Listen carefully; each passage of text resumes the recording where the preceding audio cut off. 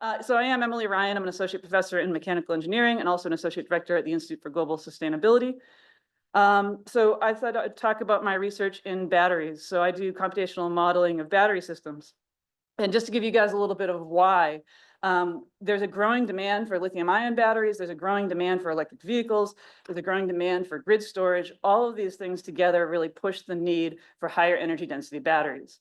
And although it's a little bit older, it still shows nicely what one of the problems that we have. The lithium ion batteries that we're working with right now are great, but they're very rapidly approaching kind of their theoretical maximum energy density. And that means we're really not going to be able to push them much past where we are.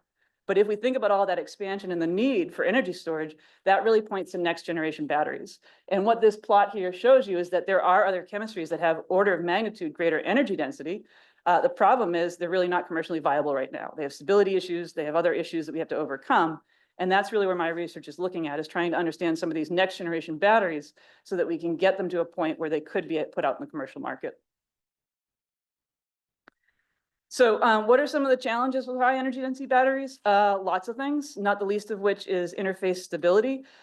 Things like dendritic growth can occur, which lead to conditions like fires. The lithium ion batteries we use today can also get into these regimes where you have lithium plating that leads to dendrites that can lead to thermal runaway and fires in your laptops, your cell phones, et cetera. But with these next generation batteries, in particular, I've been looking at lithium air batteries. They really work on the basis of lithium plating. That's supposed to be happening. The challenge is that when lithium plates on a surface, it doesn't do it evenly, and it can lead to degradation, it can lead to thermal runaway, and it can lead to catastrophic failure. So lots of challenges to deal with outside of that as well. This diagram nicely shows that there's all sorts of mechanical challenges, secondary reactions, et cetera, to be dealt with.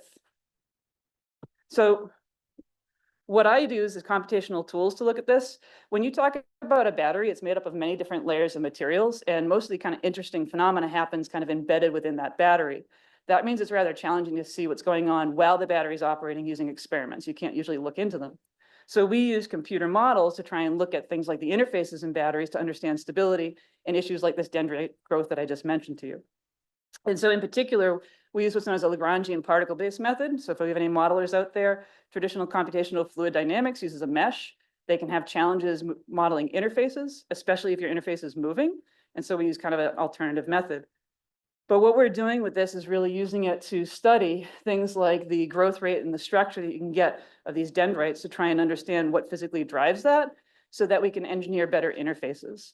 And so my group uses computational methods, but we work quite often with experimentalists like this group in Israel, Daniel Sharon's group, where we really try and model their systems to better understand the physics. I got 1 minute left, and that's great because I think this is my last slide. Yeah, it is great. I knew that. So just kind of give you an idea of some of the things we're doing with these models, we're considering how we can engineer better interface, as I said. And so one of the things we think about is how the geometry, so looking at the upper right side there, how the geometry affects growth. Because as you start to have curvature on the interface, you'll get different field effects that can cause greater buildup of lithium dendrites. We're also looking at how operation affects it, so how you charge it. We always want to have a fast charging battery, but that exacerbates the problem. Are there different ways we could get the effect of fast charging without having dendritic growth?